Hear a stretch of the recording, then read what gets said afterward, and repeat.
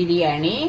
வெங்காயம் 4, தேவையான பச்சை மிளகா, பட்டை, இதை பட்டை கிராமு, தக்காளி ஒரு 5, புதினா கொத்தமல்லி, கைமா மட்டன் கைமா 1/2 கிலோ மட்டன் கைமா, 1/2 கிலோ பாஸ்மதி அரிசி ஊற வச்சிடணும். அப்போ தான் நீளமாகும் பாஸ்மதி அரிசி. அதுக்கப்புறம் தயிர், மஞ்சத்தூள் பாக்கெட், மிளகாத்தூள், லெமன். வாங்க அடுப்பு பற்ற வைக்கலாமா?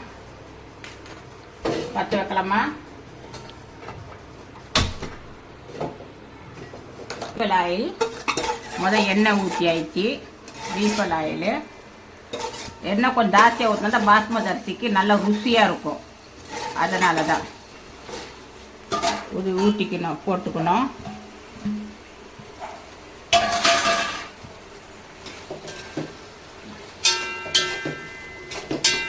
நல்லா போட்டு நல்லா தாளிக்கணும். வெங்காயம் நல்லா சிவப்பாகணும். இது இவ்வளோ 1/2 கிலோ. வாங்க சாப்பிட்லாம். சென்னை ஸ்டைலில் கைமா பிரியாணி இது. சரினாலதான் படுத்துட்டு நெய் ஊற்ற வேண்டாம் சொல்லுங்க. நெய் இல்லாம நெய் போடல இல்ல, நெய் தேவையில்லை. இந்த பிரியாணிக்கு நெய் வேண்டாம் சொல்லுங்க. இந்த தேவையில்லை, அது போட்டாக்கா ருசி இருக்காது. சரிங்களா? சென்னையில் செய்கிற பிரியாணி. சென்னை வெங்காயம் அப்புறம் போட்டது எப்படி இருந்தது இப்போ பாருங்கள். இப்படி தான் இருக்கணும். அப்போ தான் மசாலாவாக இருக்கும் சாப்பாடு.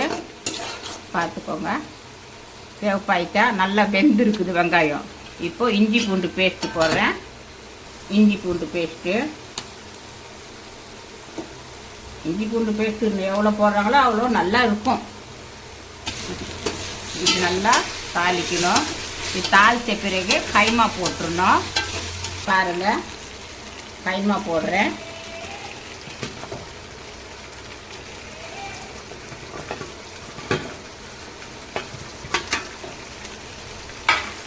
கைமா இந்த மாதிரி தாளிக்கணும். மஞ்சத்தூள் ஓரளவுக்கு போடணும். போட்டு அது மஞ்சத்தூள் போடுறது எதனால? மெல்லுக்கு. புதினா கொத்தமல்லி தக்காளி இது 3மே சேர்த்து இப்படி போட்டுடணும். போட்டு நல்லா தாளிக்கணும்.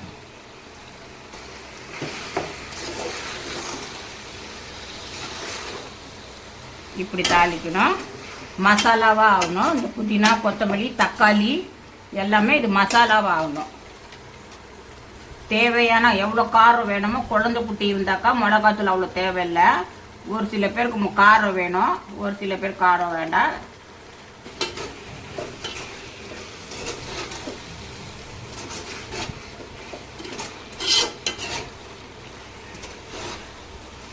இப்போ நம்ம தயிர் போட போகிறோம். ஒரு பாக்கெட் அப்படியே போடுங்க.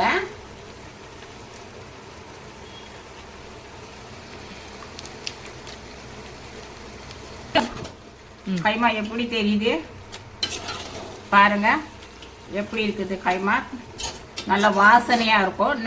கைமா பிரியாணி சென்னையில் செய்கிறது. சென்னை ஒரு விசேஷம். எல்லாம் போட்டு நல்லா போட்டு கலக்கணும். இப்போ பாருங்கள், லெமன் போடுறேன்.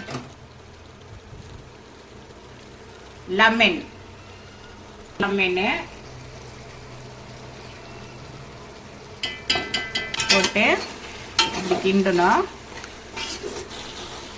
இங்கே பாருங்க, ஒரு காமெடியாக பாருங்க. நான் ஒரு தக்காளி முழுசாக போட்டேன்.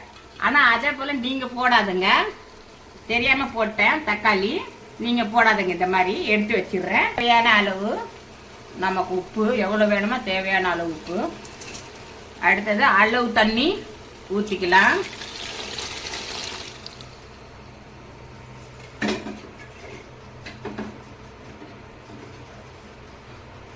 பாருங்க, அளவு தண்ணி ஊற்றிக்கலாம்.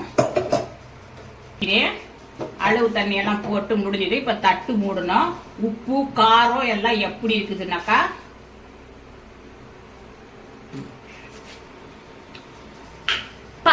செம்ம போகிறோம். முடிஞ்சுது. இது கொதிச்ச பிறகு அரிசி போடலாம். தண்ணி கொதிக்குது. இப்போ இந்த அரிசி எடுத்து இப்படி போடணும். நல்லா இந்த தண்ணி வடிக்கிட்டுருணும். போட்டாச்சு. இப்படி நல்லா கிண்டணும். மெதுவாக கிண்டணும். அரிசி உடஞ்சிடும். பாஸ்மதி அரிசி பாருங்க. பத்தம்மா மூடிட்டேன்.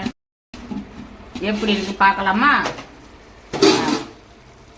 லைட்டாக கொஞ்சம் வெந்திருக்குது. இந்த கலர் தண்ணி கலர் தண்ணி அது ஊற்றிக்கணும். பாதி வரைக்கும் சொல்லுங்க. பாதி இப்போ இந்த பாதி கலரு, இந்த பக்கம் மஞ்சள்.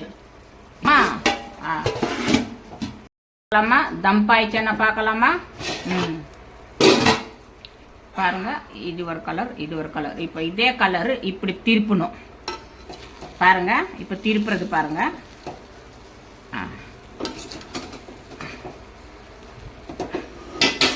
நல்லா பார்த்துக்கோ. இப்போ ஒரு சிவப்பு கலர் பாருங்க.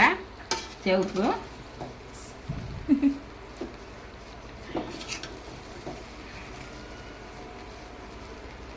சாப்பாடு தம்பா ஆயிடுச்சு. அம்மி பிரியாணி இப்படி எடுத்துங்க. அரிசி பாருங்க உடையாம வந்திருக்கு பாருங்க. சொல்லுங்க. இருங்க இருங்க. பாருங்க. அரிசி உடையாம இருக்குது. எவ்வளோ நீளமாக இருக்கு பார்த்துக்கோங்க. எவ்வளோ நீளமாக இருக்கு பாருங்க. தெரியுதா? தெரியுதா? தேய்ச்சா பார்க்கலாமா? பாருங்க. 2 கலராக இருக்குது பாருங்க. 2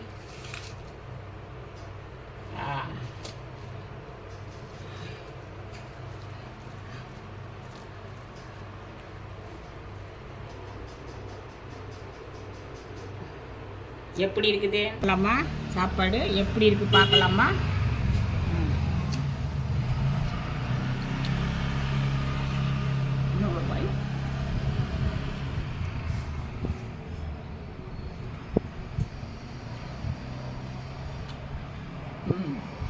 சூப்பராக இருக்குது சாப்பாடு.